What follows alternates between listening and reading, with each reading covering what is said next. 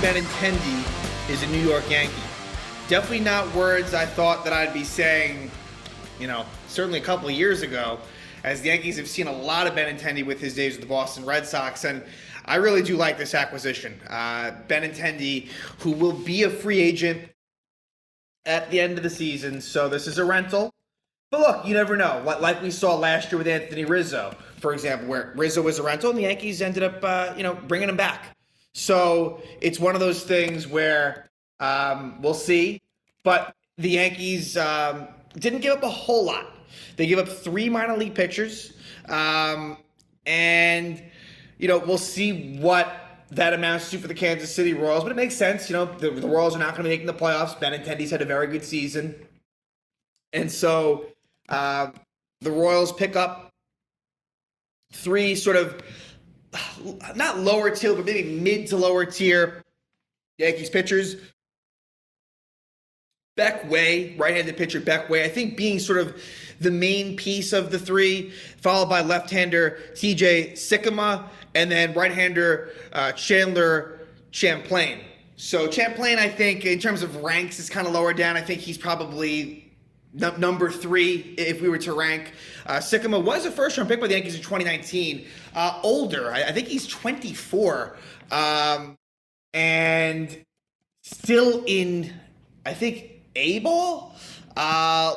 Let's see. Sikkema is considered the Yankees on MLB.com. Sikkema is the Yanks' 19th rated prospect. I think he's in high A. 24 years old. Maybe there's a quick rise that happens there. And Beck Way is the number 21 Yankee prospect. Also, I believe, in high A, 22 years old. And I think maybe there's some rotation potential there for him. But the point being for the Yankees, not drastic moves in terms of who they got rid of. Like, if you still want to get a Luis Castillo, nothing that was done here prevents that at all. So, I think the Benintendi deal, it's a good move. I think he can help this team. And what you got rid of really isn't a whole lot.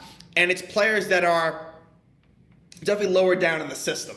But for the Royals' perspective, you definitely want to get rid of Benintendi with him being a free agent and the Royals, more of a rebuilding type of team. So Benintendi, it's been an all-star year for him. He's been very good this year. He's batting .320, has a .387 on-base percentage. And he's kind of like a left-handed DJ LeMahieu. Of course, not exactly the same. And kind of the funny thing now is that LeMahieu has more power, if you will. Although I think Benintendi playing Yankee Stadium could help.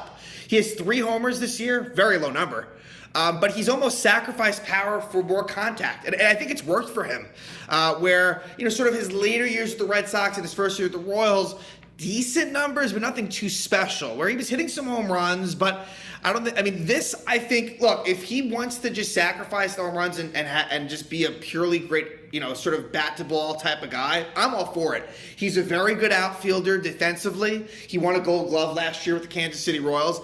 I would expect him to play left field. This is where things get interesting in terms of outfield alignment. Now, keep in mind, Giancarlo Stanton is out now. So, in the near term, I like Aaron Judge in center field.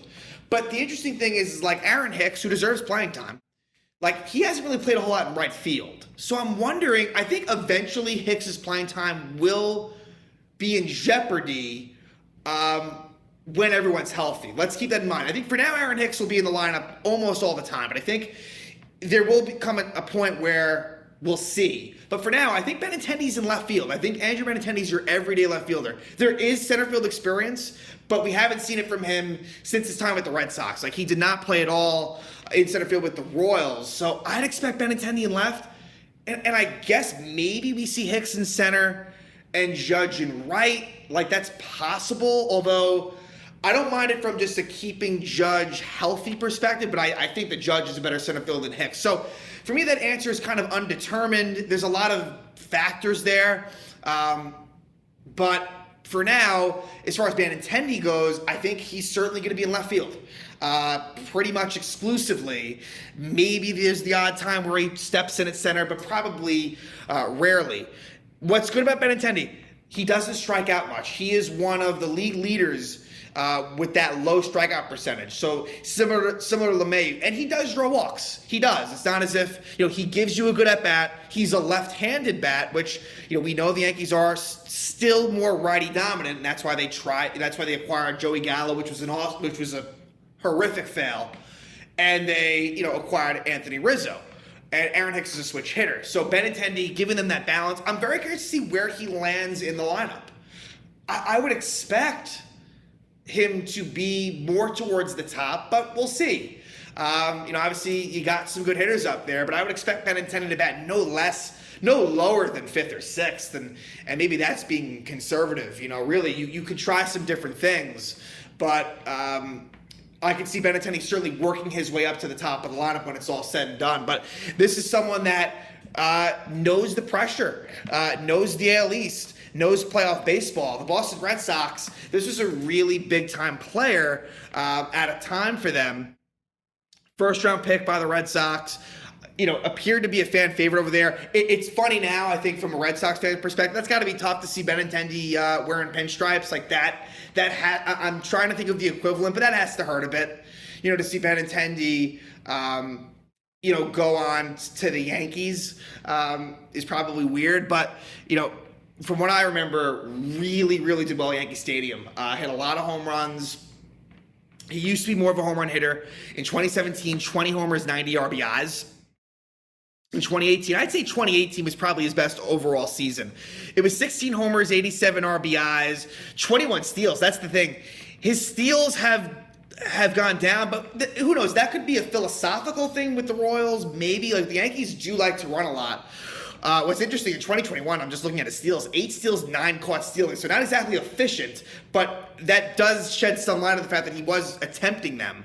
But like I said, 2018 was a really good year for Benintendi. The Red Sox won the World Series in 2018, in which he was a big part of that.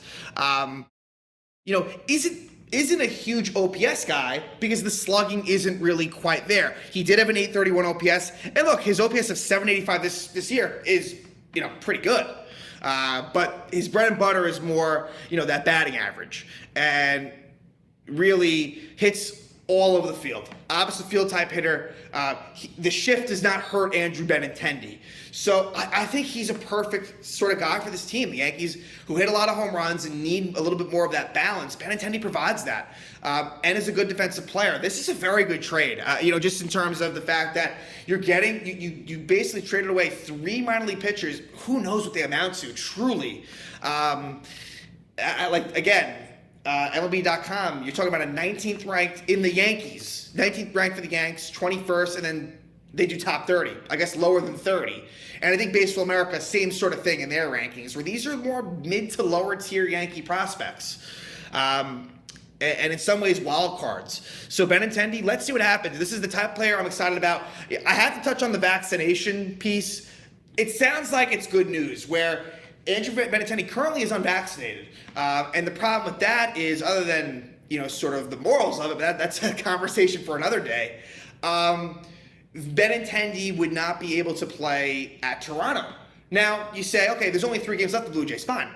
But that could be a potential playoff opponent, definitely. You look at the standings, that could easily be an ALDS. So you'd have to think that this trade was somewhat contingent on Benintendi getting vaccinated. Otherwise, it's just not that smart. I think what's also another good sign is, John Heyman was reporting that the Blue Jays were very interested in Benintendi. Why would the Toronto Blue Jays be interested in Andrew Benintendi if they didn't think he'd be vaccinated? So I am pretty optimistic that he will take care of that, and that won't be a problem.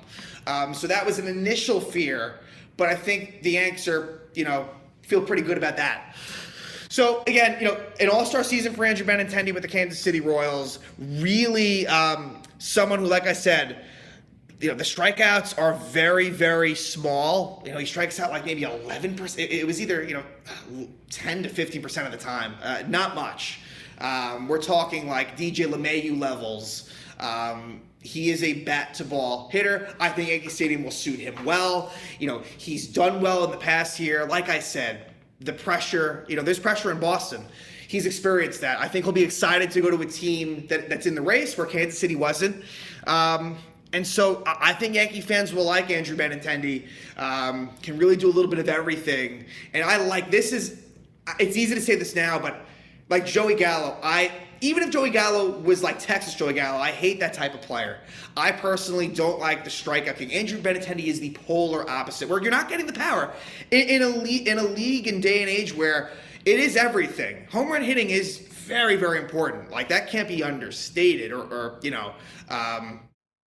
but I think with Benintendi, it's a blend that the Yankees have been looking for. And Rizzo helps. Anthony Rizzo helps as well, where Rizzo hits a lot of home runs, but he's another guy that doesn't strike out a whole lot. But the batting average is low for Rizzo. The shift kind of affects Rizzo. Benintendi, it doesn't. Benintendi can really kind of slash the ball all over the field. So really, really happy about this when you consider the fact that, again, it sounds like he'll be vaccinated, which is great. And this leads to...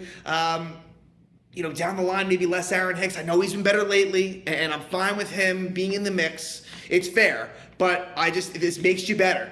And it'll eventually lead to Joey Gallo being off this roster. I hope it happens immediately. It might not, though. If I had to guess, I think Tim Locastro gets sent down, and Joey Gallo will be on this team through the Royals series. But I think by August 2nd, I think Joey Gallo, one way or another, is off this roster. Andrew Benintendi is essentially replacing Joey Gallo. It's almost awkward, and the whole thing is awkward. So, Benintendi, will make a difference immediately going against his former Kansas City Royal team. It's kind of funny where Kansas City comes in for a 4-game series, and he will be a Yankee. He will be, switching locker rooms, if you will. He'll be probably flying in with Kansas City, and, his old teammates will now be enemies for the weekend. And, I'm very excited that the Yankees are making moves. And next, I think, you think about a guy like Luis Castillo, someone of that caliber, because the Yankees really, I think, need to shore up the starting pitching. So look for that type, maybe Frankie Montas. I prefer Luis Castillo, but there's going to be other suitors. There's going to be competition there, but I could see that happening. But Benintendi is step one in what I was hoping for in terms of the Yankees really improving themselves and getting over that hump. And so far, first move, I like it, and I'm excited to see Andrew Benintendi in pinstripes.